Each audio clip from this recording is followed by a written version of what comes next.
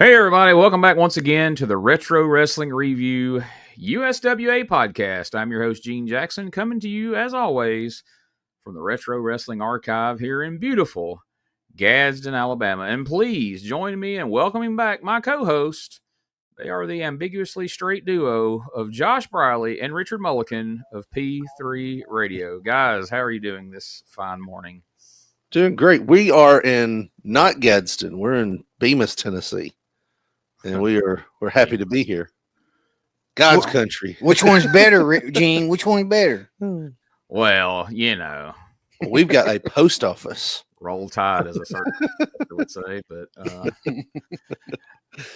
but I hear that's a pretty sweet post office y'all got up there, and I did see a nice looking thrift store when I drove through Bemis here a few weeks back, headed to the comedy show. I think it looks like it's probably closed down by now, but it looked like at one time. No, it just changed owners, so they're putting all their new shit in. Which thrift store? Literally next door to the post office. Oh, okay. You drove through Bemis? That's pretty cool. Yeah, that was my description of it. It was pretty cool, but you know, I did. But I mean, I don't know why that would have taken you through. I was coming in on 45 or whatever that is, and it says on like Bemis Shopping Plaza or some shit. Oh yeah. I didn't drive through the heart of Bemis. No. But I saw a sign that said Bemis. I'm like, hey, that's what these guys are always carrying on about. Yeah, we live a little bit west of that. Up the hill, if you will. Like 2 blocks west of that. Way on over 2 blocks. Old people would have cursed you out for calling that Bemis. Bemis technically stops right there at the highway. It's everything west. Old people. Yeah. They're vicious around here. Pieces of shit. Yeah. No, we want to say before we get going, though, this week's episode is brought to you by VIP Championship Wrestling, coming up Saturday, June the 21st at the Tupelo Furniture Market in Tupelo, Mississippi, featuring an appearance by Vicky Guerrero. Downtown Bruno will be there.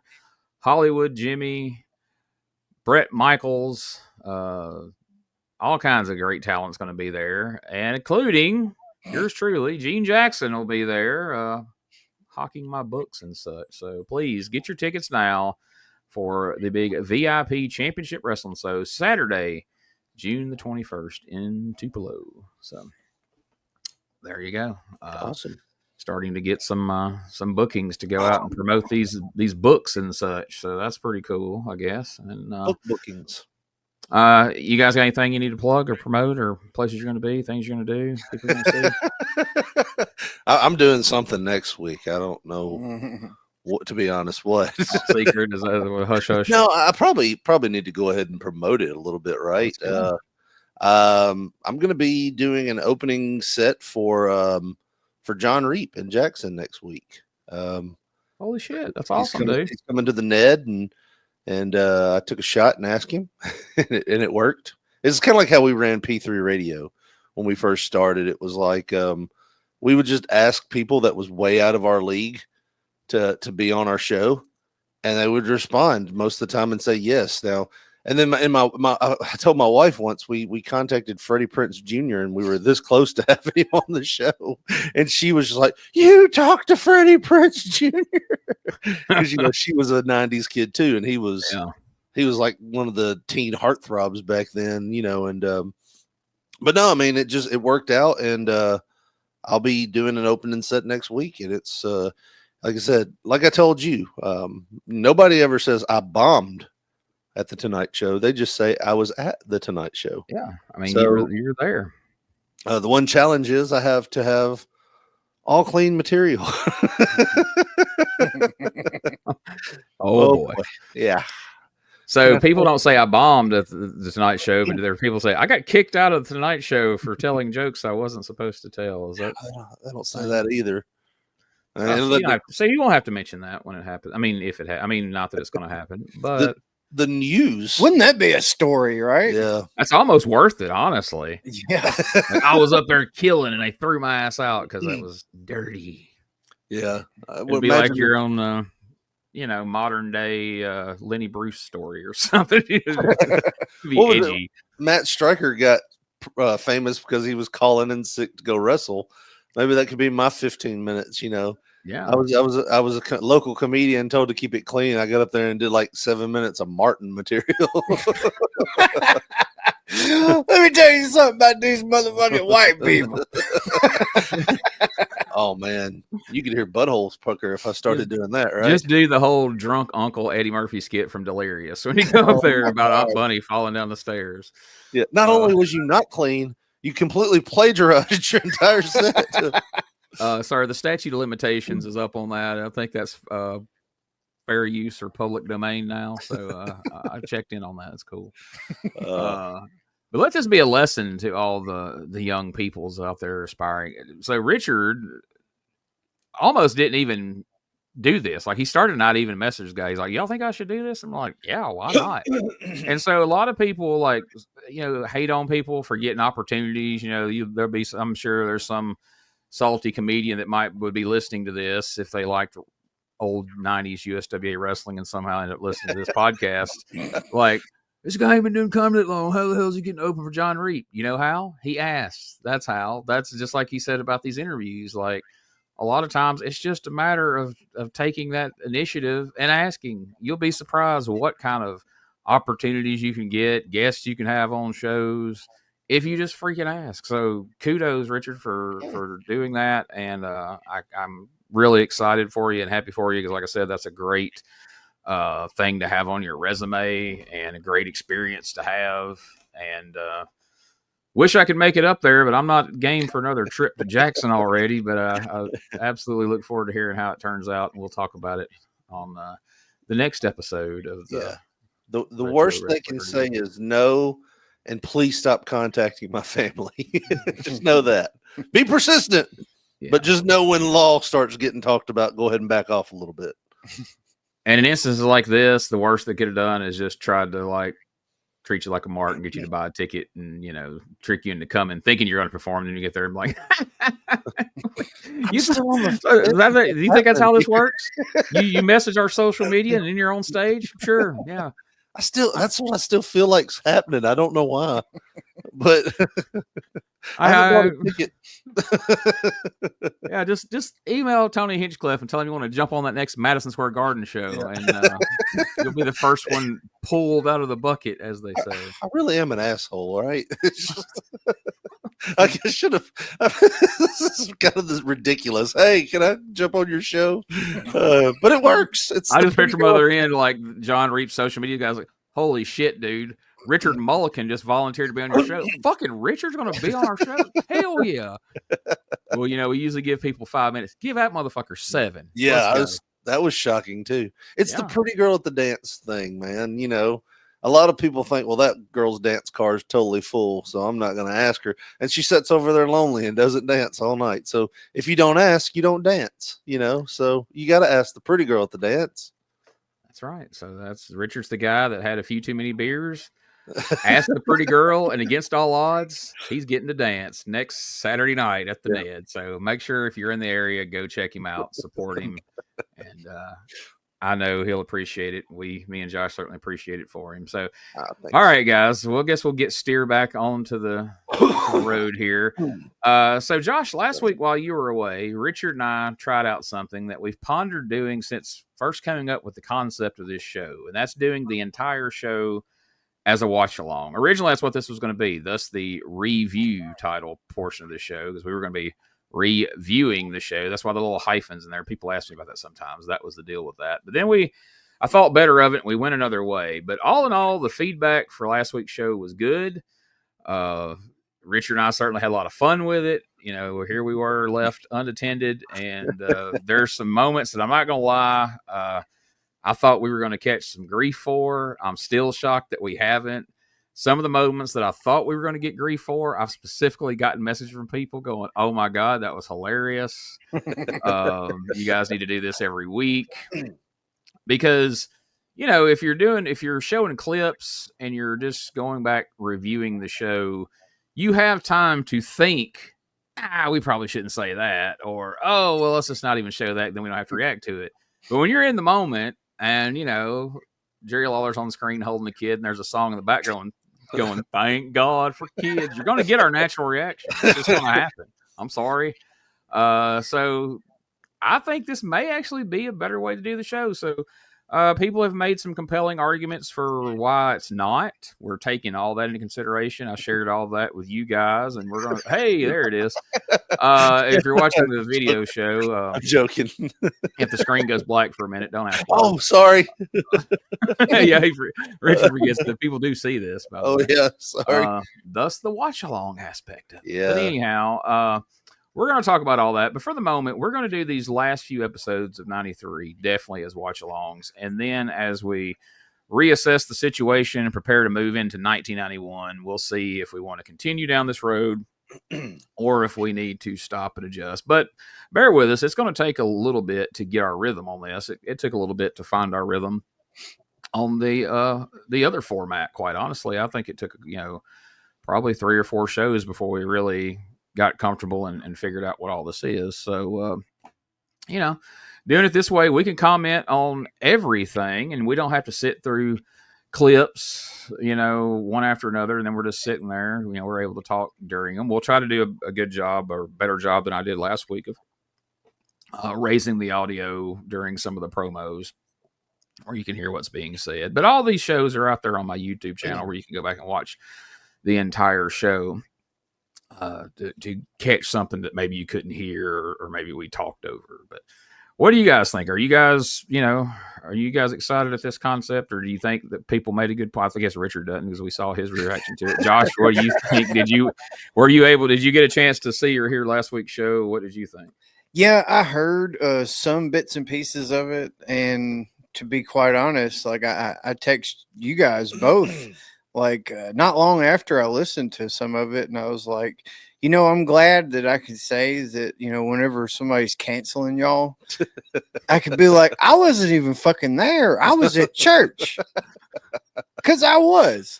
And it seemed like a good deal, but like you said, it seems like it's catching on, and people aren't going to be so hard on it like you guys were. But, dude, I'm excited because a lot of my favorite podcasts of the past are this exact same format, and I know how fun it can be, and I, like I said, I'm excited to see like what we can do moving forward in terms of like the comedy aspect of it, because like you said, we can ponder a little bit. Maybe I just shouldn't even gloss over that, but man, those first reactions are a humdinger. Yeah, absolutely. I mean, I think back through the year of 93 of shows we've watched and then talked about and thought, man, if that had been right in front of us and we would have reacted to it in the moment, it would have been a lot of fun. Some of it could have been bad. But then again, this isn't a live show. I can always go back and cut things if I need to. I'd rather not, but if I need to, I can. And you just addressed something, Josh, that me and Richard didn't even mention last week because we assumed people would call us damn liars, was the fact that you weren't here last week. So we recorded these on a Sunday morning and you had a church event that you had to go to. And me and Richard's like, yeah, we're going to say Josh isn't here because he's at church. People are going to think it's a bit. They're going to think we're liars. But yes, what Josh just said is true. He was at church last week while me and Richard were here making very inappropriate jokes at different points of the show. We said he was getting his a procedure. Yeah. That's what you said. Oh, you heard that part, did you? I did. Thanks, guys. Well, in a completely unrelated story, moments after that church service, that church burned to the ground, I hear. I don't know if it's related. Yeah, my ex-wife was still in there. I think the word smiting was used, but anyway. It's hit by lightning 7 times in the same spot he was sitting. Don't let him back in here. God's going to miss him. Well, I know where to find him next Sunday. Anyway, here's a good question. Did you go back and find the Miss Simpson video? It's been a busy week. So there are two possibilities where that's going to be. Number one, my closet. It's a giant tote. I'm talking about damn near the length of the closet, crossways. and it's got all my DVDs of wrestling, like shoot interviews and stuff, and it's got fucking no, that's the shoebox. That what you're talking about? 32. What you're talking about? No, WrestleMania 7. Yeah, that would be the one. But this is a goddamn tote, you know, and I've got some of my old wrestling videos, and then I used my son's closet in his room whenever we moved for some other storage of VHS. So it's two possibilities. I don't remember seeing it in the giant tote in my closet. So kind of preparing mentally to be all up in his area and hearing his mouth while I'm trying to go through his closet. When are you going to leave? Like, I'm trying to be in here. And Josh is shaky going, I'm trying to find old boobs. Put that sock down. Yeah, I got to say, I would have lost this bet because I would have figured as soon as you heard that there's the potential of naked Miss Simpson boobs, like you would have like called out of work. I'm going to take a few personal days. I got an emergency over here, y'all. We'll let you know how it turns out. But anyway, so with all that in mind, let's kick off this week's episode of USWA Championship Wrestling from December 4th, 1993. Thank God we're not going to be on the screen. Oh, let's not talk about that. Jesus. The one bit of feedback that did come from last week's show. Thanks, folks. Why is Corey so low to the ground? Yeah, I think Dave Brown gave him the old Shivani treatment there. He jacked his chair up. We got Buddy Landel in here. Why are you so high up in the head, Dave? They gave him a folding chair to sit in. Dave's got a nice office chair. God damn, that's the lowest I've ever seen him. His shoulders are like, look at this, they're getting whipped. Jesus Christ. Look at that one guy. One got his neck. That reminds me of Corey said, I'm tired of sitting on this Lowe's bucket. We're gonna take a break. I'm gonna give me a real chair in here. Real quick, that reminds me of I was at this little indie promotion when I hadn't been wrestling long, and they decided to do a strap match where the fans had straps, but instead of straps, they gave them 6-inch hydraulic hoses. Christ. Wow. And the first guy that got thrown out of the ring was a babyface, and this real aggressive fat kid just ran over, and you were thinking it's a babyface. He's not, and he just hand in the air from 12 to 6 just comes straight down right over his face and back. Damn. So when I turned this on this week and kind of reviewed this show, so to speak, I thought I had clicked the wrong year. I'm like, who the hell is this guy? But this is Lee Womack that Reggie B has just introduced. Listen to this dude. The greatest in the USWA, and I'm going to tell you just like this right here, Eddie Barnes, the old C9 Bumper, is going to be gone because I'm here, and I'm going to take over the USWA. We'll see about that. So I don't know where they found this guy, but I didn't think he showed up till later on. But I kind of mentioned you guys before we started recording this show, like a bunch of people pop up out of the blue here that we haven't seen. It's speaking of pop up, hey. She looks worse this week than last week for some reason. She looked like she's been up all night, huh? So she had to eat dog food last week, and now we're having another dog food match. Jeez. Is that whenever, like, whatever kind of angles run its course, the program, you know, like whenever you've went to that point? In it, all right, now this is the second week of dog food matches. Yeah, well, dog food again. Look at Corey's face over. Like, what the hell is this bitch talking about? Thought y'all ate dog food last week. You notice she's wearing that strap now this week on that dress. Yeah, there ain't no way them titties are coming out this big. They strapped them in tight.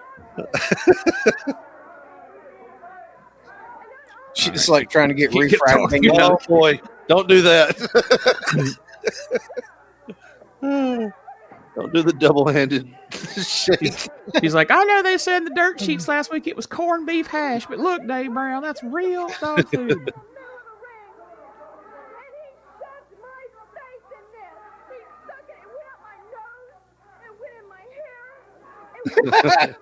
We are back to full blown whiny, nasally Yeah. Toni Adams. We had a good promo. You missed a good angle last week, Josh. We actually had a good promo from Toni Adams, and now she's back to this.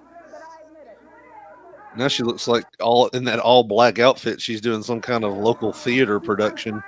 And she took a weed whacker to her costume.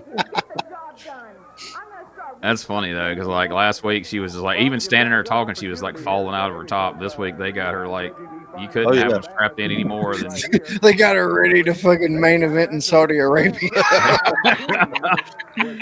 gotta put on the dashiki now.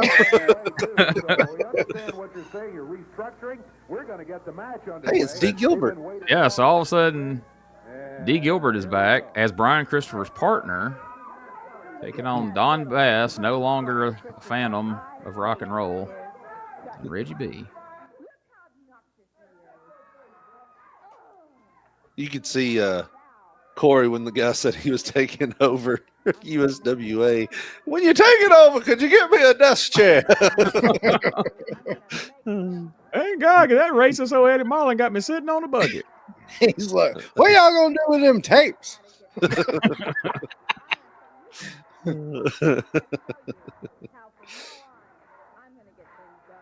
Oh. What the hell was that? Chain wrestling from 1993. Yep. I wish Brian would pull out a chain. I've never seen someone dipsy doodle out of an armbar.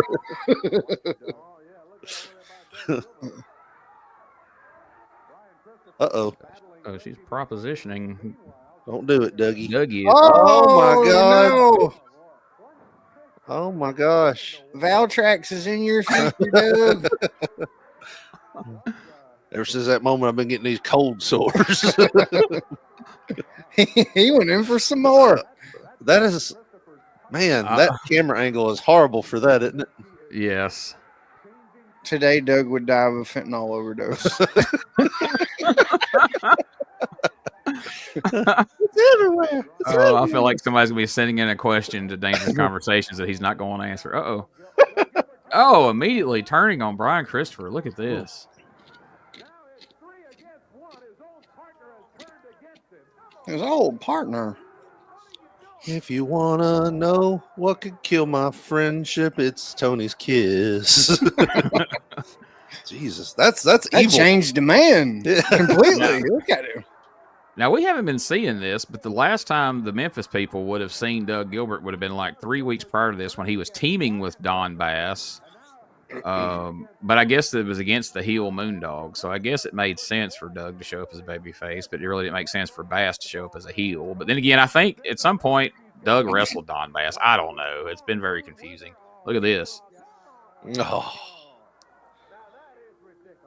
That is Yeah, ridiculous. that is ridiculous. Ugh. Could you imagine, like, if you, if you had to do the interview after this, like, why did you turn? She did this thing with her tongue. I can't repeat on live TV what she said in my ear, but Uh-oh. Nude pants king. yeah, he's in his Zubaz. You know, it's in business. It'd be funny if his pants had "I love kids" on the ass. Headlock on Jerry, those guys are out there beating up Brian. They said something about hating kids, and he's like, "Oh, look at his hair. It's Buddy Landel." Wow, no knee pads, just looks weird. I know. Yeah, I don't like that. And he's one, like- Buddy, but at least they're all Buddy. He looks like Playboy Buddy Landale. Like he's supersized a little bit. He needs to hit that blowaway diet a couple more weeks. It's like your drunk uncle found an intruder in the barn. He just slipped his boots on. Uncle Buddy, put the pants on. Meanwhile, they're stepping all over that dog food in there that's getting stomped into the mat in Brian's face. Ugh. Imagine how bad the studio stunk all morning after that. How bad the ring trailer's going to stink about Oh, yeah. Wednesday. Right. They're not going to wash the mat.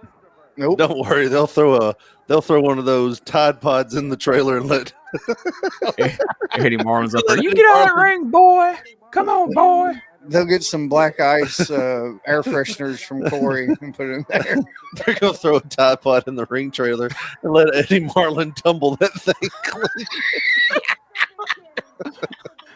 I couldn't get it out a minute ago.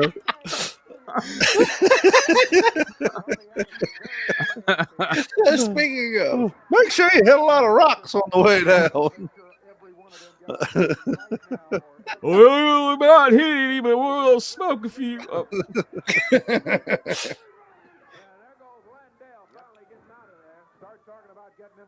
Dang. You made Lawler like a bitch. Lawler's like, What? damn, dude. Why did Doug get out of the ring? He just leveled both baby faces. He's got to prove my point. you're like, I won't get my boots dirty and all that shit. So are we thinking that was refried beans? Yes. I don't know that I would want that rubbed in my face any more than dog food, honestly. But Yeah. Well, I was surprised. She must have like a hell of a grip because have you ever tried to get those out without a spoon? oh, I Like- bet she does. It took me like 2 minutes to get. Did you notice that I was talking about the two-handed shake that she was doing? Exactly. And it came out quick too. I feel like that was a representation of what would happen with you. Give me that two-handed shake. Look, Buddy trying to run. Look at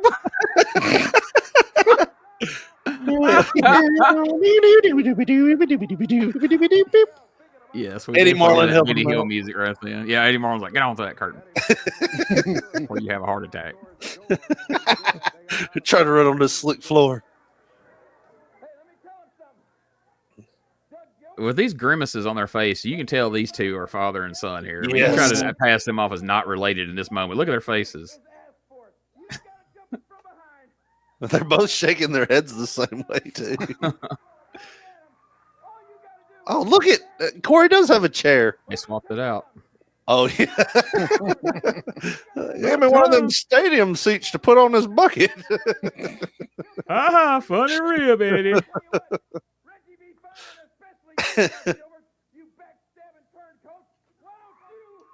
Oh no. He's already gone in the Oh, we're fixing to make a match on the fly here, guys. This wasn't on the card before. Reggie B. Fine and Doug Gilbert seem to want a little bit of me and Brian Christopher. Why don't you just add that match because we can give them all they want to us, okay? The card's already made up, dear. You don't have to change anything else. We wrote it in Sharpie. You just add that match. You just add Reggie B. Fine and Doug Gilbert against me and Brian Christopher. Like I said, they'll get all of us they want. Can you add it? Maybe looking like the world's biggest leprechaun. Like it is, and just make this extra added match. Like he just won the Masters or whatever. He's an elder. Turns out I can chip is about as good as I can drive. And all of you's gonna play for it. Buddy Landel, Doug Gilbert, Reggie Fine, and Toni Adams. Why did they put the mic flags that high on the microphone? Oh no! And why is everybody leaving the B out of Reggie's name? They were doing that last week. Reggie Fine, Reggie Fine. Well, I'm sure Corey was like, I don't know if y'all want to match with Doug and Reggie. He just knocked y'all in y'all's ass and walked away like a couple of bitches in there. He did. Lawler grabbed him like, I got you now. And Doug's like, take this Like, with you. get that shit out of here. They got Dude, Zoo security. Bossman and whoop my ass. Did it looked like they had pieces of cardboard just kind of Yeah. scraping. It was that security guy. He was like scraping it. Okay, it was brooms. Oh, no, he's got his Oh, that robe was a on. piece of cardboard. Oh, there we go. Hey, Doug, tell them boys up there, don't clean that up. Brian didn't get enough. He's still a little bit hungry. Those up. You're one to talk about being hungry. I've never seen someone run belly first. before. That Mario dude. Wait a minute. Why are you talking about Brian Christopher? And before you Yeah, Mario does everything belly first. Dude, I saw him on a video watching YouTube this like a couple days ago. He was wrestling, and it was some kind of like Dr. Mike Lano show that somebody's been posting. that he used to do on like cable access, Yeah. and he would just show random like promotions. Well, he showed something I think like that Handsome Jimmy had some kind of shit with in Virginia, Mhm. and fucking Cornette's wife was like one of the people that stopped by and was doing commentary or whatever. And this is like before Cornette, 95 or some shit. Yeah. But either way, it's Mario and Handsome Jimmy versus like just two, maybe like that J.R. Benson guy and somebody else. Yeah. Well, she was fucking gold talking shit about Mario. It was great. And I just thought it was hilarious that I saw him somewhere else other than this.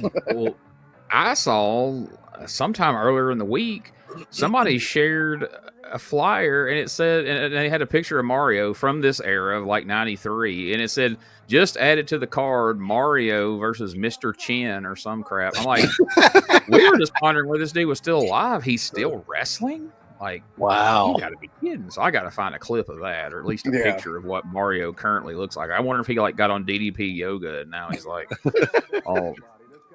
He's got to be swole. missing toes at least, you know. I would go the other way. I would think that he would be like he would look like the letter C no matter what because he was constantly in a ball form. Yeah. So his spine would have to be. Well, yeah, I would think he'd be like, you know, those last few years that Abdullah was having matches where he would just fight people on the floor because he literally could not get up into the ring. So he would attack people before the bell and just go around the ringside, stabbing them with a fork, and they would fall back in disqualification, even though it never got in the ring. So sad. You can put all the steps on the ring that you wanna. I still ain't gonna be able to get in there. I can't get into the ring, brother. I'll just stab him on the floor.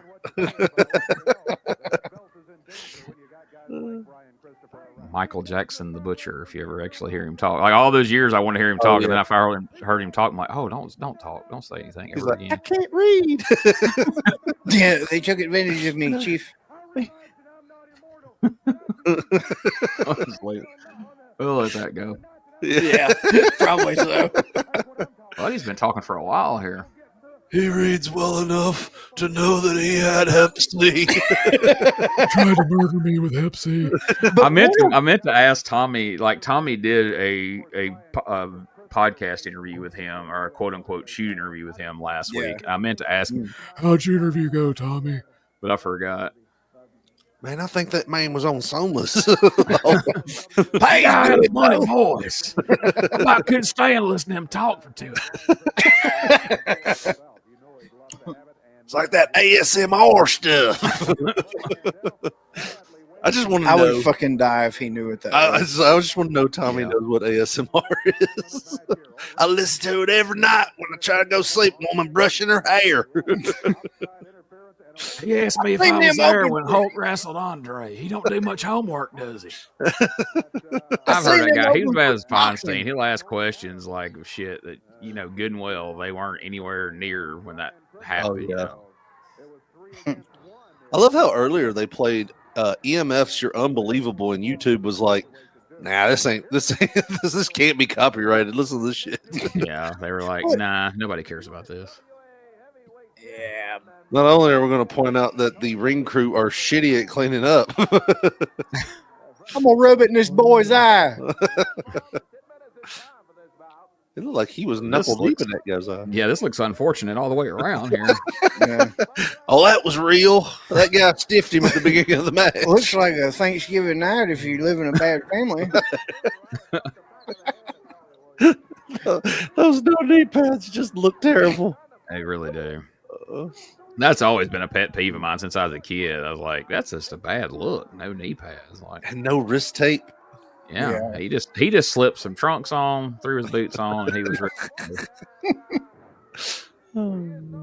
I feel like he just took his pants off. Probably.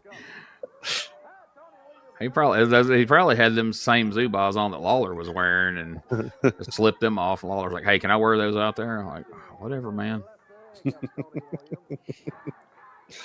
Poor Tony Williams, like, he gets to go out and be an American Eagle as needed and win matches, and then he gets just jobbed out when he has to be Tony Williams. Like, he was getting somewhat competitive matches there for a little bit, but here recently, like, freaking Rex Hargrove just killed him, and now Buddy hadn't gave him anything. And he doesn't look bad. No. He's just slight short, you know. There's no slight to that. And he's not related to anybody.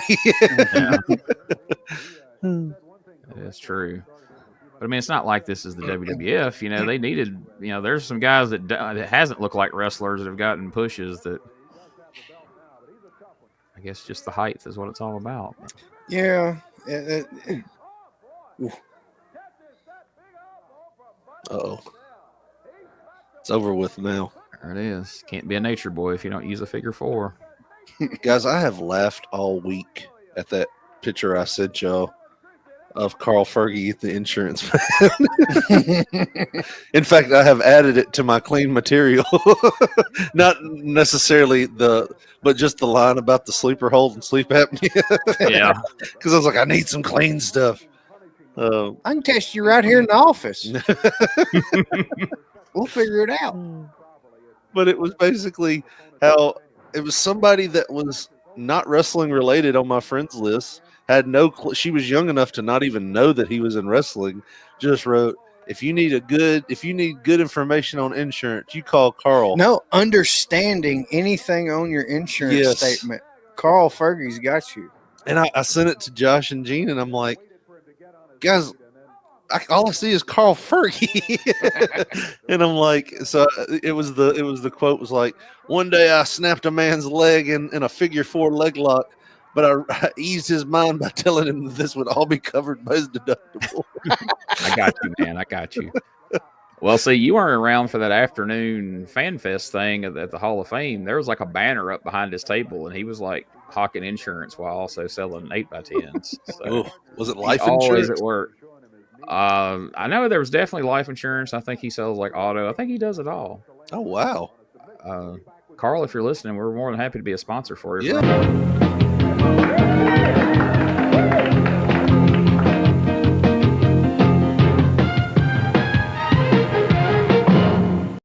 Hey guys, Ray Russell here, curator of the WrestleCopia Podcast Network, inviting you guys to listen to many of the programs here as part of the WrestleCopia brand, including, but not limited to, the Wrestling Memory Grenade, currently covering the 1988 and the WWF project.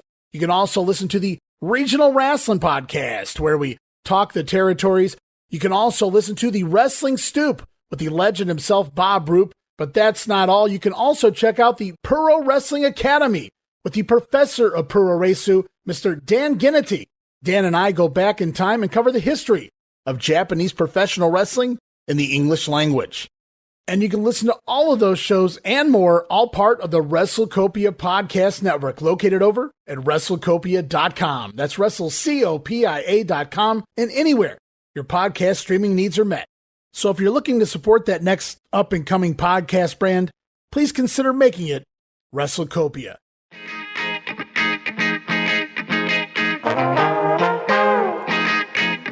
Hey, it's Bob Smith, and guess what? The Outdated Wrestling Hour is now part of the WrestleCopia Podcast Network. But hey, no fear, you're still going to hear the unique guests, comedy, music, authors, journalists, funny people. Who knows who's going to end up on the Outdated Wrestling Hour? Remember, it's all new and all old.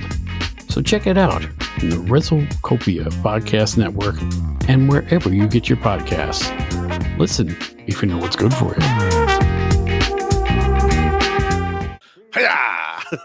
Look at this tag team. They're officially the Village People. We got a construction worker and a gay lumberjack. The Androgynous Express. Oh, no. Look at these guys. Someone left the demolition left their gear out unattended. Dun, dun, dun, dun. This is not Axe, and this is not Smasher. Looking like Marinos. These are some jobbers. It's going to be a disaster. The Observer said that these guys at one point were 2 of the dog catchers. Oh. Now they've been recycled. So it's going to tell you what you're fixing to see here. Yeah, I have flashbacks to the Marinos with those tights. Like, all I can see. I have kicked myself because the other day I realized that I had Jamie Dundee on the show and did not ask him about the Marinos. Such a missed opportunity. What sucks is they knew that they were not going to push Dale, and they're like, Lawler's like, I can't bury that magic gimmick. It's like, what the heck? I can bury this gay brawny man gimmick, but not. I hate it. I think his shorts have gotten a little longer, but then the split up the sides gotten higher, so that cancels it out. Now he's not tying his shirt. No, he's tying that shirt. Look at that, just like Daisy Duke. That looks like Damon Wayans from Big Living Color. It's raining man. Hallelujah. Welcome to Men on Wrestling. What do you think of that, TD? 2 snaps straight up and down. The only thing that changed about TD was they gave him a hard hat. Yeah. Everything else was the same. He's like, congratulations, you now have a gimmick. And that was in his car from his day job. Like somebody saw it in his back seat. Like, why are you not wearing that to the ring? And he didn't realize they were just ribbing him. Like, oh man, you're right. I could be wearing that to the ring. And then they're like, I can't believe he's wearing this fucking hard hat to the ring. Look at this. It's the Spelunker TD Steel. You figured he would get a push since Lawler's really into miners.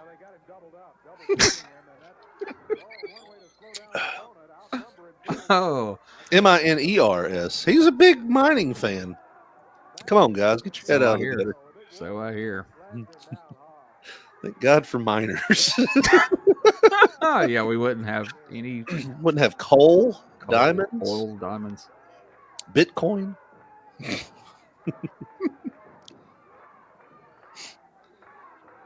I didn't mean to bring a stop to the show. Yeah, I just found everything to a halt there. Sorry. I'm over here silently thinking about what other kind of things have minds.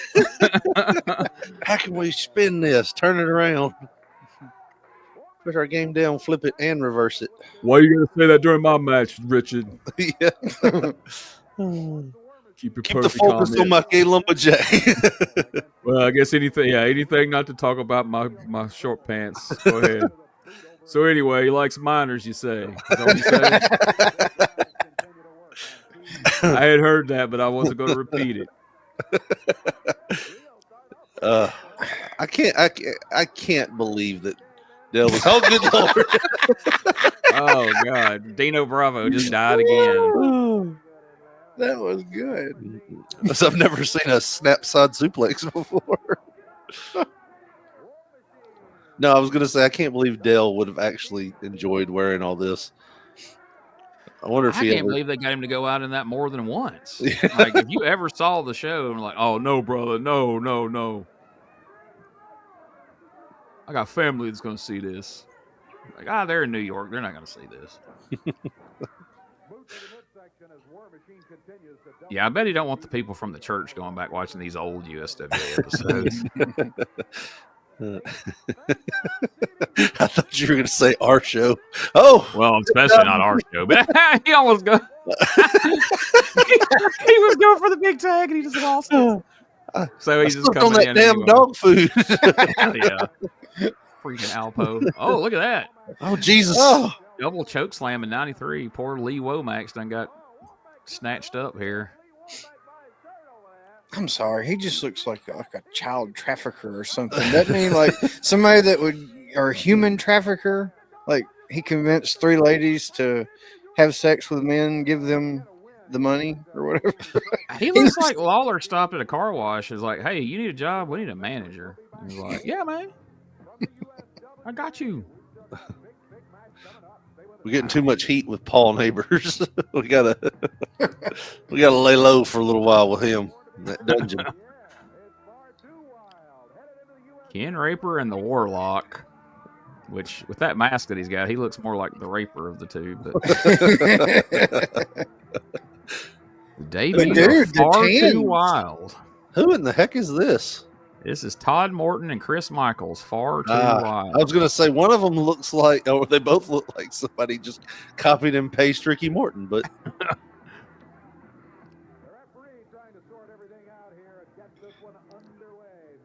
Yes, spelled with the number 2, so that's always fun. What if they really lived their gimmick? It's like they just got here after a wild police chase. I told Mr. Marlin I was going to make TV no matter what.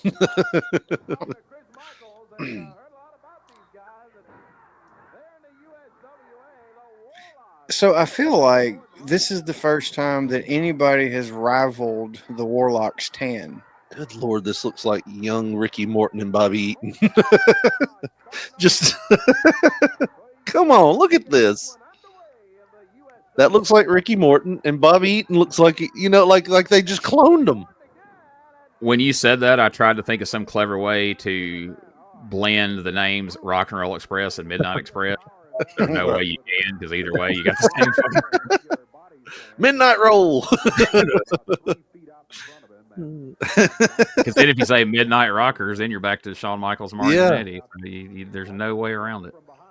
Well, looking at them boots, he had something to do with this as well. That's true.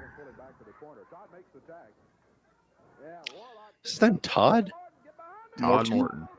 You've heard of Todd Morton. I probably have. I don't remember him. He's the one that took Robert Gibson's place for a while, right?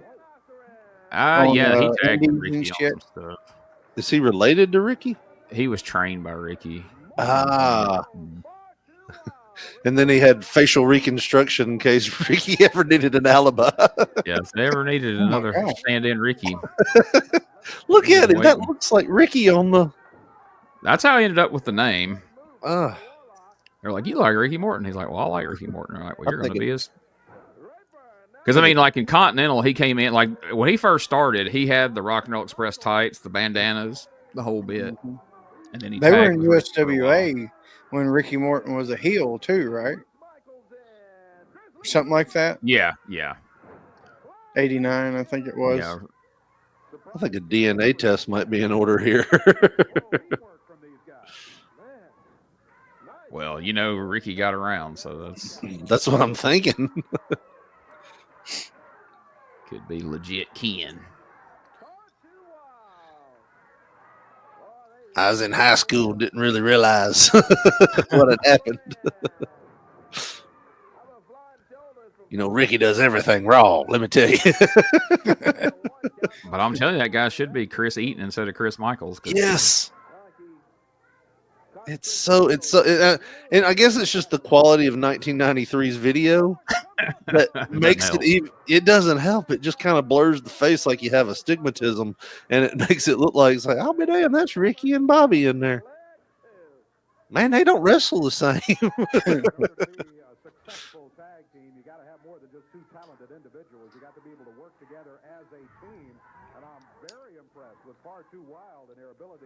I think we're just watching the show now. Yeah, so we were enamored by the kid. I'm just sitting here thinking, I'm like, damn, this dude's still wrestling, Like, I was a child when this was happening, and this motherfucker is still wrestling. He's still, Chris. Oh.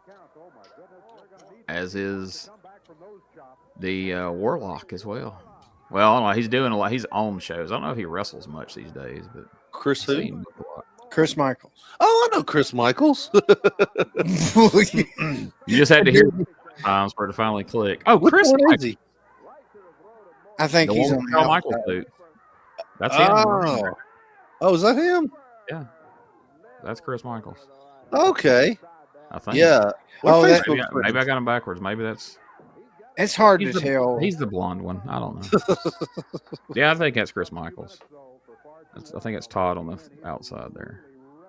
Because I think he kept those Shawn Michaels boots like forever. Yeah. I'm pretty sure he still has them. I know Chris. I know Chris technically they're motorcycle boots, but you know what I mean. That's a tan raper. Oh, man. They just keep saying his last name like it's not terrible. Rib or something. Yeah. Hey, Dave, how many times do you think I can say raper out there and get away with it? Oh, it's his freaking name. He chose to come out here with that name now. I'm surprised YouTube hasn't bleeped it yet. No. Ken R. Ken R word. Well, that didn't come out the same either. That was last week. Drop that one. The Rambling Raper. I'm gonna get all of you. Well, now you just sound like you're back to making fun of. Never mind. What the hell? What's Okay. happening right there? This edited version. That's the best they can make that. Oh God, Dave! There's a glitch in the Matrix. Did y'all guys just do the same thing by us? Let's go to a commercial. He's going to hurt his partner. I'm starting to taste purple over here, Dave. We need to go to a break. Warlock decides to come on in. Like, right, enough I've of had this. enough of this.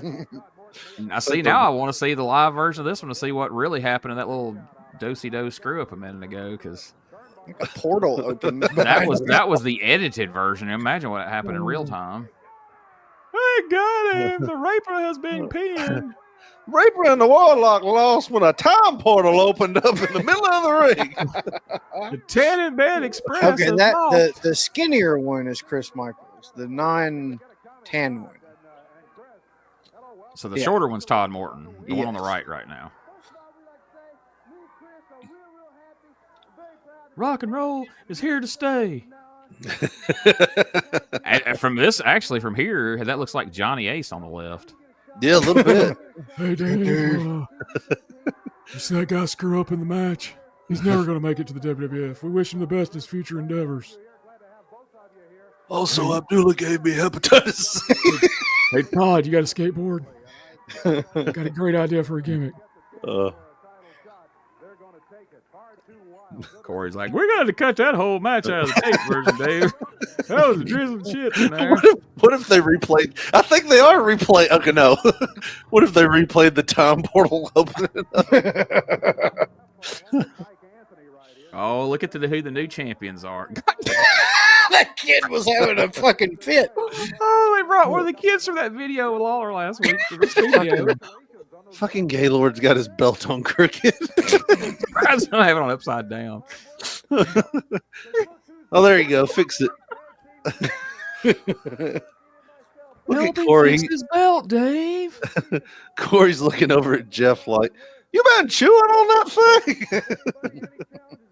I do it when I get nervous outside of banks. Is this really the champions right now, Dave? Is this where we're at? We got the titles, Dave Brown. He is a I heard you're two-time supposed to say Dave Brown a lot when you come out here. That's what they did. Hey, Dave Brown, listen here. These some bitches beat us for the title, can we Dave get a- Brown. Dave Brown. Can we get a Dave Brown count real quick? We need a counter in the corner. For this last week, dude. They said Dave Brown at least 10 times, no lie. Midget D's been in Frenchie Martin's fucking closet. Oh, oui.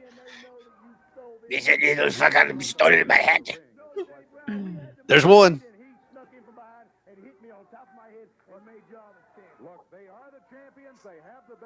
Jamie's got a train conductor. What the hell's with that shit? He's got a Huggy Bear's hat from Starsky and Hutch on this week.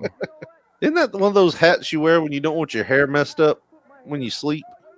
Yeah, he's just got a bill on it.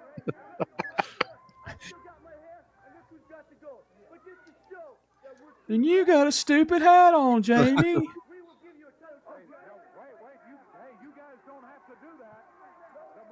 They said the title's on the line, Dave Brown. Yeah, why is Dave doing that? You guys don't have to do that.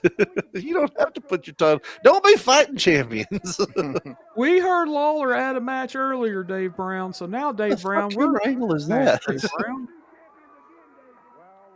Why is the cameraman shooting that from his belly? Through the bottom of the ring. He was tying his shoe, then he picked the camera back up. Oh, it's the hornswoggle cam from under the ring. Anthony Gaylord. Tony Gaylord. I like that one better. Jeff. My name's Jeff. We have an impromptu title match, guys. This wasn't on the card today. Too bad it couldn't have happened before that last tag match. Yeah. Just replaced it. So they got New camera angles, new tag teams. That kid is like trying to be the star. That or he's way special. He didn't have his Ritalin that morning. He's a plant. They told him to go out there and cheer for Jerry, but he's too young to know who Jerry is. So he's cheering for everybody.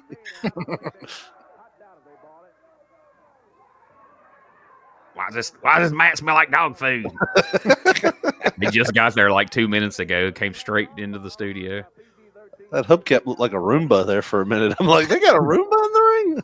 That's what fell through the portal. Don't tag in, the ring stinks like freaking dog food in here. Midget D's over there getting hungry. Yours is in the car, Midget D. Settle down. Over there wagging his tail, getting all I sad. know we didn't feed you yesterday. It was Friday. You see Midget D bust in and start licking the mat. They're having to spray him with a water bottle. No! hey, leave me alone. I think his sugar's low.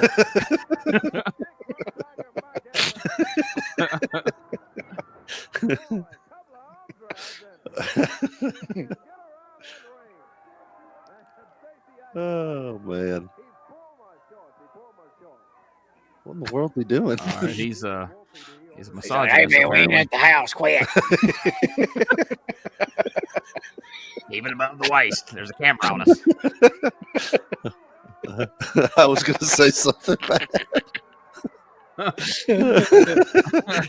There's a TV camera on us. It's different from the camera we use it on. Wolfie D in there. There's a lot of mullets in this match right now. There is. You could hear him yelling, no, no, no, no, no. That was just because he didn't want Jeff Gaylord tagged in. Jeff looked confused coming in there. Did you see that? He just like, what am I doing? I didn't think they were going to tag me in.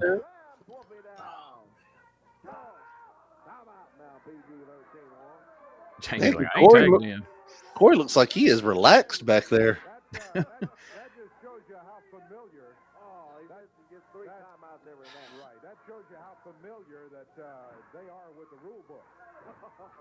Oh, boy. Jeff really brought this to a halt, didn't he? He did. I couldn't even find anything funny to say about it. Just, he's in there. He's in there. Ready for him to snap at any moment. He's got that feel to him. So I finally heard some interesting information on Mike Anthony. So apparently his parents, his family was like a rich family from Canada who was in the oil business and were just independently wealthy. And so that's how he was able to travel around and wrestle because he had plenty of money, so he didn't care if he got paid or not. So he would just go around to these different territories and get booked wherever he could. But they said that's why he never really made it anywhere because he would just meander off somewhere else. That was pretty rough. That's why he could survive wrestling in Memphis all those years. Yeah, exactly. Because he didn't have to try to make it. He was just, and that's why he went and spent so much time in Mexico. Because they didn't make any money down there, but he didn't care. He was able to do learn all the flippy, spotty stuff. So I guess if you're already funded, that is some great learning experiences. In Memphis and everything. If you can afford it, You think he could buy a better tag team partner though, but you can come here and be the champion, but there's one condition. You don't have this Marlin, I'll give you $1,200 if you give me a better partner. Well, it's him or Ken Raper. Come on, Jeff. Well, I was needing a new ring truck. What a maneuver. Surely they're going to change the titles back, right? Surely. Oh, you'll see. Oh, man. They are cutting the ring off on him. They use the very far end of the ropes on that one.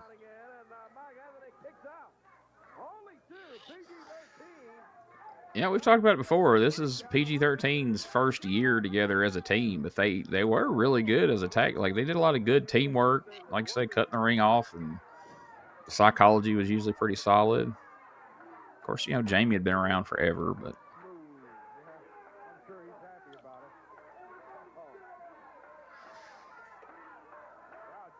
So are they like the Tiger Print kids now? officially, yes, Yeah. that is their gimmick. Even though they haven't come up with a name yet for it, but they Right. definitely are all in on the Tiger Print. Of course, he's Missouri Tiger, and they just randomly call him Tiger Mike Anthony at times. Tony the Tiger. Tony the Tiger Mike Anthony. Tony the Tiger. That's great. That's good stuff right there. It's great. Great. In there. Nowadays, if somebody was the tiger, they'd come out like a tiger tail with the tiger ears on and everything. Yeah, there's no subtlety.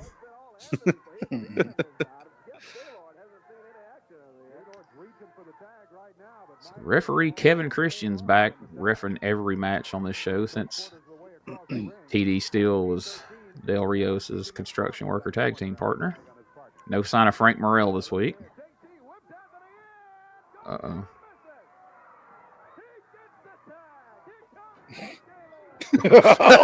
Oh, watch it. I love how he came in and immediately did a can dance. That's the way they taught him to fight. It was like the it's like the Karate Kid's like, now do can. Hiya, hiya. Now do the cha-cha slide. Look at that. Yeah. 1, 2, 3 new champions. That was Oh, damn almost it. a heel referee level of slow count right there. Wait a minute, he's got some powder. Oh no. Oh, no. Look at that. He's having to hold his arm down because he's so far under the ropes. Yeah. It's ridiculous. They can't even tag hands right.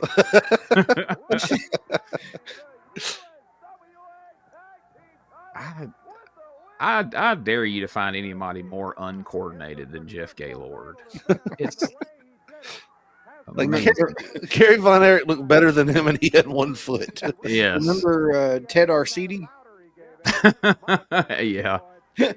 Yeah. David Flair. They need to have an uncoordinated battle royal. See who accidentally wins that thing. My thing is, though, at this point, when you're seeing Jeff Gaylord, this is 9 years of that. David Flair and Ted Arcidi didn't make it that far. 2 or 3 years in, and they're like, all right, this ain't for me. Let me find something else to do. Right. Jeff Gaylord is still getting booked 9 years into it, and he's no better than he was the first time he stepped through the ropes, awkwardly. I don't even know how you stepped through like that. He almost tripped. That's what he did. Is the show going off? That's it. We are through this Really? week's show, guys. Absolutely. That blazed through. Yeah. And I don't know if it did for the people watching, since there was spells in there where nobody's talking, and we're just when I say we got to get our rhythm down, folks, that's what I mean. There's times where nobody's talking and we're just watching, and if you're watching it, that's not a big deal. But if you're listening to the audio podcast, there's like 30 seconds to a minute at different times where absolutely nothing's being said.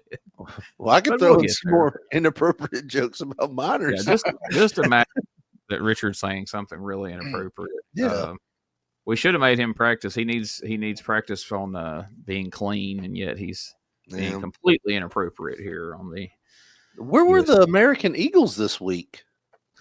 I don't know. That's a good question. So there's quite a few things we can go back and discuss, that being one of them. So it feels like there was a lot of turnovers in the roster this week, some new faces, some old faces. So let's take our last podcast commercial break. I'm going to have to shoehorn the other one in there somewhere because I didn't call for it. But anyway, let's take a commercial break. When we come back, let's talk about the show, and then let's see what the card was for Monday night that this all led to from today's show. We'll be right back. USWA.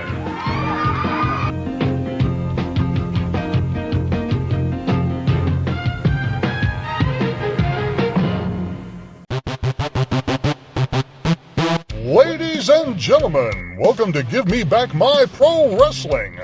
the podcast that's based on the old school but can still help you find the good stuff from today. Jimmy Street and the Plastic Sheik, Jared, are the undisputed tag team champions of the wrestling podcast world. From thought-provoking topics to superstar interviews to action figure expertise. This team does it all. And all they ask is, give me back my pro wrestling!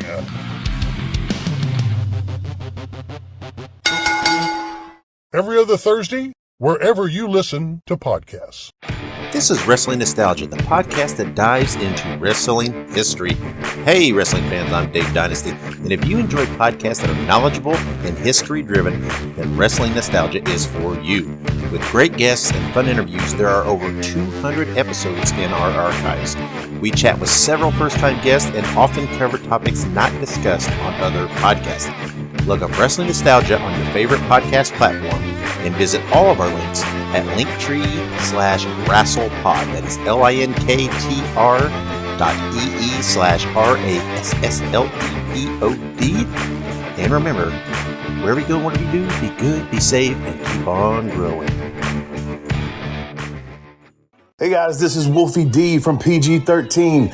Check out my podcast, Live and in Color with Wolfie D, every Monday at noon. We're talking Memphis, we're talking ECW, WCW, WWF, everywhere that I've been. We even have some great guests, some Hall of Famers on the show with us. Every Monday at noon, Live and in Color with Wolfie D.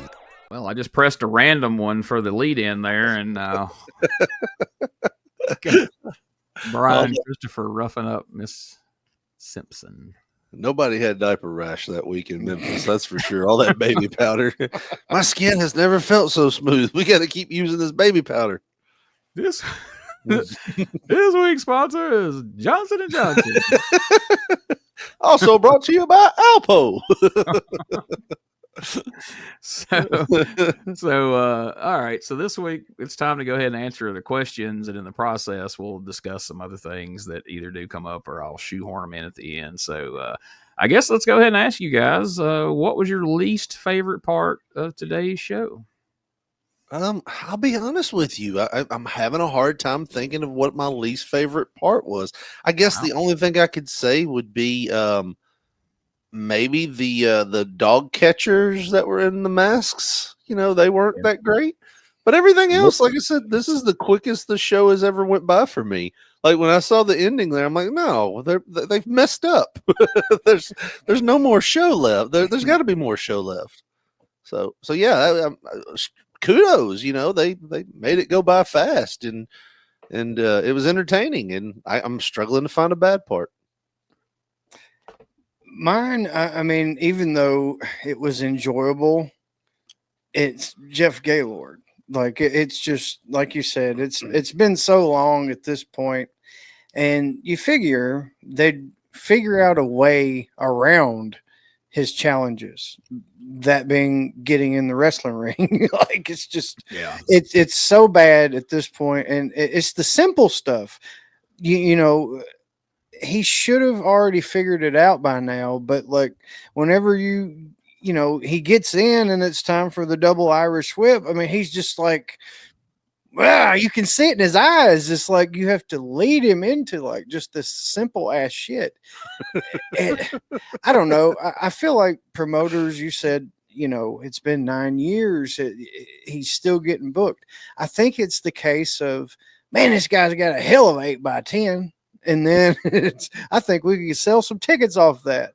And then you get him in there and he's just stumbling around, getting his neck caught in the rope, shit, trying to get him out them ropes. Get him out them ropes. It's just, I feel like at this point, you're talking about shoehorning stuff. I feel like they thought this is the only way people are going to take him seriously. Let's shoehorn this fucking belt on him. And, you know, maybe old Tiger Mike will take up the slack. He's trying, but good God. He's trying, but he's failing. But so the least favorite part of the show to me, and it ain't even this guy specifically, it's just what I find frustrating about it. So over the years, Memphis could be the best promotion at debuting and introducing new characters with, you know, weeks of promotional video. Like PG-13, we saw those rap videos for, you know, 2 or 3 weeks before they finally show up. We kind of know what we got when they come through the curtain in the studio. But then, like today, it's like, hey, man, this is Lee Womack. He's the greatest manager of all times. And then now Dave and Corey are just talking about Lee Womack like he's always been here. We know nothing about him other than this. He's some dude that came out with Reggie B. Fine that literally looks like Reggie probably owed him for some drugs or something. Like, hey, man, what I get you on TV this morning? He's like, all right. And now he's on TV now. It's like, there's no build up. There's no explanation. There's no just like Lee Womack's here now. And maybe Lee Womack maybe Lee Womack just asked to be on the show. He may have asked really nicely. Maybe he took a page out of Richard Mulligan's playbook. Exactly. A nice email. Hey, back then it couldn't have been an email. He'd have sent a letter in the mail like, hey, man, what I got to do to get on the show? And Eddie Martin's like, you just did. Be there Saturday. Send it on Prodigy. Do you have a can of Alpo you could bring, by chance? If you got dog food and some baby powder, you have got a job, sir. See you Saturday. Dress nice for TV. And so here he is. And I don't know. I guess it's frustrating that, we spent all year doing the Memphis shows, and now these last few weeks, we're getting these edited down versions that went to everybody else. And I realize, I guess you don't miss something if you don't know any better, but like, I can't imagine back in the day if this was what I was seeing each week, these chopped up shows where there's stuff with no, like, all of a sudden, Don Bass is here. I haven't seen Don Bass since he was Rock and Roll Phantom. Now he's here all of a sudden. Doug Gilbert's back. Okay, well, this is the first time we've seen Doug Gilbert on the show.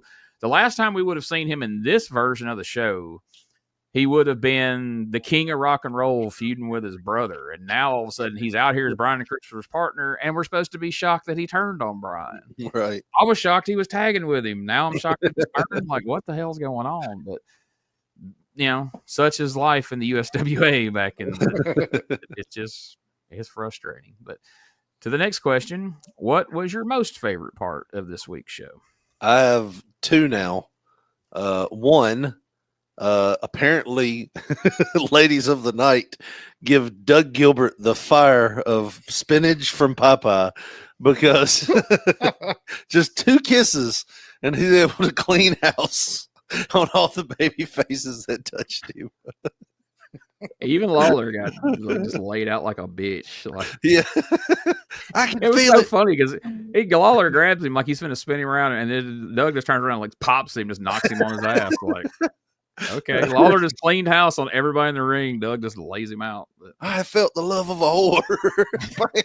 oh my God, that's out there. Sorry. The other one is, I will laugh now all week about Josh saying that the Roomba is what fell out of the time portal.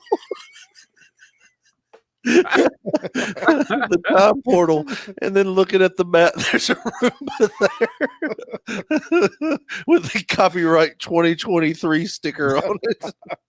It's like somebody got sloppy with their time machine and they went back to that moment. I love it. It's great. It was the perfect solution for the dog food. You just see it. Sure. I don't know what's in that ring right now, but it sure is cleaning up all that dog food, and it's just sweeping the ring back and forth. And then it dies because the dumbass forgot to throw the dog food. It keeps hitting one spot in the ring that's shitty, so it doesn't know how to get past it. It's like, oh man. But yeah, that was my 2 favorite parts of the show. Yeah. So mine would be just PG-13 and Midget D. I mean, little Midget D with the fucking beret on. I mean, like that in itself. We talked about Paul Neighbors' outfits being just like tailor made for heat. Just look at that fucking guy. When that little midget comes out there with the pacifier and the little asshole beret, it's just that is instant heat with me. And then Jamie had the goddamn Rollo hat or the train conductor hat, whatever. That is just. It's like they're just pondering on every town that they're going to. Is like, what can we do next week to really get on these people's nerves? And it's that small, subtle shit. It's just some people, he just got a new stupid hat. No, it's psychologically that is screwing up every redneck watching on TV. It's drawing it through from it's perfect. They're perfect at the small shit, and they're also great at wrestling. I love watching them blossom into what would be probably the best team of the 90s, aside from, maybe one or two if you want to like throw in random pairings. But yeah, homegrown people, man.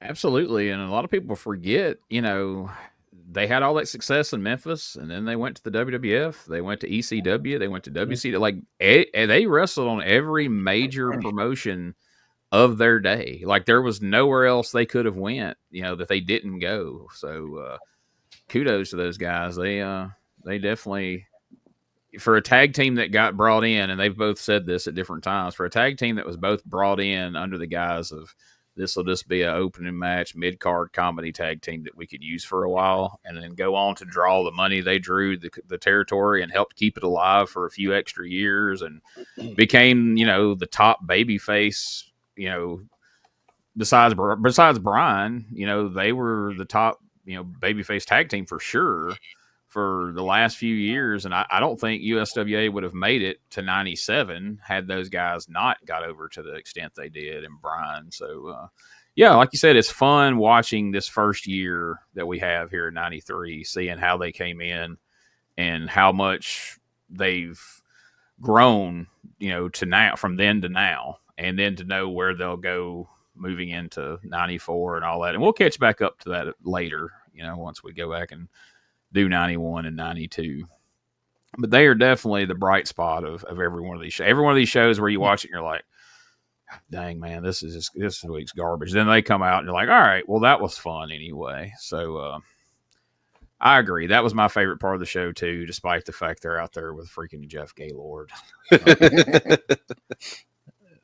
So anyway, before we get to the Monday night show, I found a couple of random cards on the Observer that I thought, just to give people an idea of this is what was going on at the other shows outside of Memphis. So December 1st, Evansville, Indiana saw Mike Samples beat Del Rios. PG-13 beat the American Eagles. Jeff Gaylord and Mike Anthony beat Phi Delta Slam. Then PG-13 beat Gaylord and Anthony. Midget D beat Little Eagle. And then in the main event, Jerry Lawler and Brian Christopher beat Mike Samples and the Warlock. So Mike Samples, who's not even on TV right now, all over the show there in Evansville. And then 3 days later on the 4th, which this would have been that. So the night that this show we watched today was taped or went out live, this show would have happened that night in Nashville. Del Rios beats Mike Samples. The Warlock beat Dutch Mantell. Little Eagle beat Midget D. Loser leaves town match after just 2 weeks of the territory. The American Eagles defeat Phi Delta Slam. They're out of here. Jeff Gaylord and Mike Anthony beat PG-13. And then in the main event, Jerry Lawler and Brian Christopher beat Buddy Landel and Reggie B. Fine. So now we're ready to head to December the 6th, Mid-South Coliseum, Memphis, Tennessee. Unfortunately, we do not have a result of the crowd estimate of how many people was there. But we do know in the opening match, American Eagle number 2 beat Wolfie D. We don't know whether that was Danny Davis or Ken Wayne, but guessing it was Ken Wayne based on what it says here in another match. Don Bass defeated Del Rios. In the third match, Reggie B. Fine beat American Eagle number 1, who they do specify as being Tony Williams. PG-13 defeated Far Too Wild. Now get this one. The War Machines beat Jeff Gaylord and Mike Anthony to win the USWA tag team titles.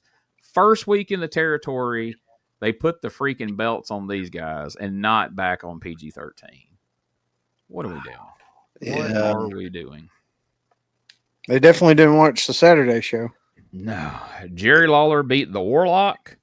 Brian Christopher beat Buddy Landel by disqualification. And in the main event, Reggie B. Fine and Doug Gilbert beat Jerry Lawler and Brian Christopher via disqualification. So the last 2 matches of the night, both involving Brian Christopher, both end in disqualification. blah. So earlier when you said that you would assume it's Danny because of what happened later on, or I think you said something like that. I don't want people to think I'm crazy, and I laugh because that was something that popped in my head. It was Danny because what happened later on was that American Eagle just got out and started grabbing all the children. Well, I base that on usually one of them is always Ken Wayne. The one that's being replaced is almost inevitably going to be Danny Davis. Yeah. So I assume if one of them was Tony Williams, that would mean the other one was probably Ken Wayne. But that's just purely speculation because they did win, and they don't always put Ken over. They clearly do on the Buddy Wayne towns, as we've seen a couple of the spot shows we've read results for. But here I'm not sure, but I'm sure it was easy from the spot. Tony Williams as an American Eagle taking on Reggie B. Fine. So there you have it. 2 disqualifications to close out the show. New tag team champions, the War Machines. So, boy, you see a TV where you're like, man, this was one of the best TVs we've seen in a while. They're heading in the right direction. Then you read that card for Monday night. And just, you know, you're just like, what? Why? Are y'all allergic to drawing? Are you trying? Are we trying to kill this territory? What is going on here? I mean, and then the other thing about it is, Lawler likes those big, monstrous type. Is this a thing that he's doing? You know what I mean? Because it almost says yes, because he did the Lord Humongous thing with the mask and the Freddy and Jason, and he likes those demonic super bad guy comic book characters. So this seems like this was, well, if we could just get these guys over. But as you were saying, why? You've already got a team that's over his heels. It's the best thing in your company right now. You put the tag belts on them on a Saturday morning on TV over Brian Christopher, and then you just arbitrarily have them drop them on Monday night to Mike Anthony and Gaylord. Then you let Gaylord and Anthony beat them one more time for good measure on TV just to have them drop the belts to these War Machine guys who just come in and didn't impress anybody. Yeah. I'm as big a fan of Memphis as anybody, but their booking sometimes is just absolutely beyond me. Like, I don't know. And then when I say that to some people, they go, well, you got to understand it was weekly territory. I do understand that. It don't mean do stupid shit that it's nonsensical. What does that have to do with anything, And no mention of Jeff Jarrett at all, really. No. And that's about to become the norm. Jeff is about to become Double J. He's about to be going on the road full time with the WWF. I know we'll have to get the unified title off of him at some point, but yeah, get used to that. You're not going to be seeing a lot of Jeff Jarrett here in the immediate future. Of course, we don't have a lot of immediate future left to watch in 1993, but I will say this. I will play spoiler since BT's not here this week. In these last couple of shows we've got left, we will see the return of Hot Stuff Eddie Gilbert for a couple of weeks here. So that should be fun. Looking forward to that.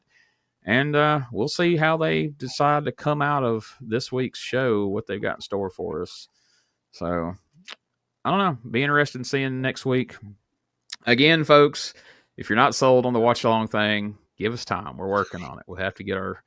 It's challenging, and it's even more challenging when there's 3 people because you're trying not to step on each other, and then at times you end up inevitably you're going to step on each other, and then at times nobody's going to talk because everybody's laying out for someone else, and everybody's laying out for someone else, so nobody's saying nothing. So we'll get a rhythm down like we have with everything else, but feel free to voice your opinions, good or bad, and we will definitely take them into consideration. It don't mean we're going to do exactly what you say, but we will definitely consider that because we want the show to be good and we want it to be what people want to see. So, like I say, feedback's always appreciated. Good feedback's more appreciated, but even the bad feedback helps steer the ship in the direction we need it to go in. So, anything else, guys, before we wrap up this week's episode? What about that German fella? That's for Patreon. Oh, that's for Patreon. Oh, yeah. Well, my book comes in today. Eddie Gilbert book. It comes in. Nice. I got an alert just a minute ago. It's right down the street. So, yeah. If you haven't bought that yet, go ahead and buy that. because I'm gonna read it, and it's gonna be. I don't have it yet. I thought I would have it by today, and I can hold it up, but I don't have it, so it's gonna be mine's good. On the other side of the room, or I would hold it up. Good call. But yeah, you can get yours. I would just say if you want to get it, you can go to Amazon.com, search Eddie Gilbert Books of Me, and Barnes and Noble, because right now the publisher, they are backed up, and there's people who pre-ordered who are still waiting. And so okay, we'll just go ahead and say this here. I'm kind of glad you brought this up. So no, I'm glad you did, because the publishing, the website of the publisher where people order the books, there's not an email on that website. I don't know why, but there's no contact info. So all these people who have ordered their books and are waiting on them, the only person they seem to be able to track down is me. So when I'm not at work doing my job, most of my time for the last 2 weeks has been spent in customer service, fielding questions from people about where's my book, and I have no insight into that whatsoever. All I did was help write it, folks. I didn't print it. I didn't publish it. I've reached out to the publisher, and he said that, hey, they got a lot more pre-orders than they anticipated, which has put the printer behind. And he's shipping them out in waves just as quickly as he gets an order in. He's turning around, immediately shipping them out. So if you haven't received it yet, they are coming sooner rather than later. But that's all the insight I can give you. I don't have tracking on them. I don't have any control over any of that. All I can do is turn around and send the guy a message, and that doesn't speed anything up. To say, hey, come over here and type me a message. Just keep sending them, keep packing them up and sending them. So, but we appreciate it. But from what I hear, people are ordering from Amazon and getting them pretty quick. I've got friends who ordered them from like Amazon last week who have received their books quicker than the people who pre-ordered them, which I understand is frustrating. I genuinely do. The one I ordered the day they went on sale, I just got it like last week. So I totally get it. But they're working on it, folks. But when you get it, hopefully it's worth it. I'm happy with it. The book looks really good. Me and Doug are both proud of how it turned out. I'm glad, as much as it sucks that people are having to wait to hear them say, hey, we're selling way more than we initially anticipated for the pre-sale, that's promising. That makes me happy. So, glad that people are ordering it. Well, here's the thing, and Gene can't say this, but we can. Quit being soft, people. If this was the 90s, you would have had to wait 6 weeks and had to get a money order to ship off to get that book. So, you're having to wait an extra couple days. That's fine. You'll be fine. You'll be fine. Just think, good things come to those who wait, and you'll be great. You'll be fine. Thanks. Stop whining. Yeah. All right. There we go. So yeah, that's the update on the books. So yeah, they're coming. So just be patient. But from everybody I know that has gotten them, it's all been good feedback. Everybody's enjoyed it. So that's good to hear. Because people aren't going to hesitate to tell you if they got something bad to say. And speaking of having something bad to say, if you got something bad to say or something good to say, you can call 256 Egg Iron. Leave us a message. We didn't get one this week, but boy, we had a doozy last week. Josh, you weren't here for it. I'm not going to play it again because some pretty salty language in there and some pretty mean things said to us there. But that guy wasn't happy. But anyway, if you want to leave us a message, be it audio or you can send a text, you can send it to 256 Egg Iron. I know what you're ridiculous thinking, as that sounds. I know what you're thinking. You're thinking, I bet that guy's blissfully happy. He don't know no different. Also, make sure you check out our friend Brian Tremmel's podcasts over at stspod.club. Brian puts out a ton of great content every week, almost every day, actually. So make sure you check it out. Again, it's stspod.club. And speaking of great content, check out P3 Radio for the weekly show that has been running consistently every week without fail. For how long now, guys? What episode are we up to now? About 8 years, like 400 and something. This podcast could, have a PhD by now if it was in college. Like, this is a long time. This is Wow, awful. that's really depressing when you lay out what I could have been doing with We've my wasted time. our time. We could have been hanging with our children. Sorry, guys. I didn't mean for that to come off negative. I thought it was, kind of showing how much work and time and effort you put into this. But both of you, if you're watching the video, the look on both their faces was like, when you, it was exactly what you just said. Is like, we could have spent our time doing something. You guys could be doctors by now. Well, Instead, ambulance drivers. Well, if you want to know if that's true, listen to P3 Radio and each every week and see if you think that these guys would have been doctors if they had spent that time studying medicine rather than making dick and fart jokes and telling humorous anecdotes week in and week out without fail, though. Josh could have been a gynecologist by now. I studied medicine quite heavily in my younger days. Well, Richard's getting ready to blow up with this comedy thing. He's fixing to open for John Reap, which will open all kinds of doors for him. And hopefully he takes us along for the ride when he makes it, Josh. And we can ride his coattails to at least moderate success anyway. I already got my bags packed. I would not make that the plan. I have bad health, blood pressure issues. Dude, we'll roll your ass out on the stage like Randy Travis quicker than a fucking fart, dude. I feel like y'all are hooking yourselves. You're hooking your trailer to a car driven by Eddie Marlin. You just not a great idea, guys. You just get that foot in the door. Me and Josh will shove you the rest of the way through. We'll weekend and Bernie's your ass up there. That's right. Even if you're in a wheelchair, we'll wheel you on through there and make it happen. So, yes, check out P3 Radio each and every week without fail. They are there for you with entertainment and fun stories. They seem to be endless. I don't know where these guys have the time to have all these adventures that they tell you about each and every week, but somehow they do. We're just lying to you. I wish we were. It's all made up. This business is called kayfabe, all right? It's not called lying. There's no such thing as lying.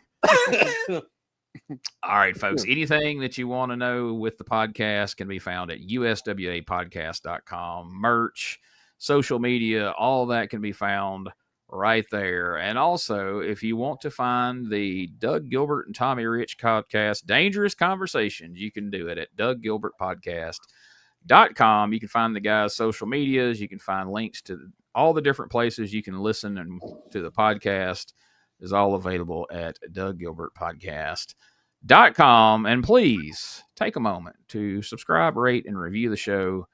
It helps us out. Or at least that's what all the podcasts say.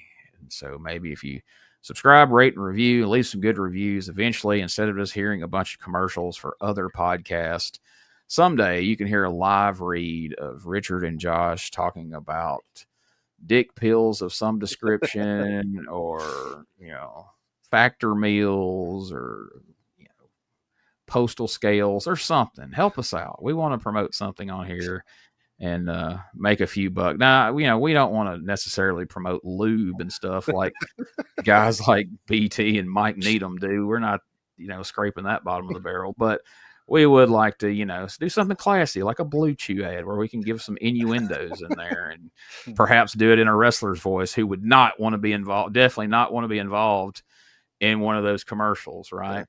Joke's on you, man. We already got 2 Blue Chew commercials in the can from years ago. And, and lube talk is just a slippery slope.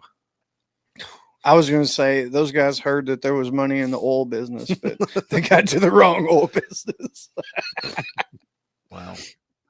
We'll be right back. Maybe not. All right, folks. I think that's enough of this nonsense for this week. So we'll see you again next week for more of the Retro Wrestling Review USWA podcast here on the WrestleCopia Podcast Network.